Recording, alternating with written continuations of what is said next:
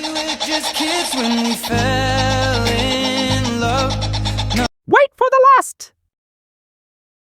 A boy was walking through the jungle when he noticed a broken tree. Inside, tiny green parrot babies, scared and alone.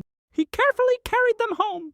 No nest, no mother, just him and a promise to protect them. Day by day, he fed them by hand, kept them warm, played with them, and watched them grow stronger. They started chirping louder, flapping their tiny wings, ready for the sky. But he knew what he had to do.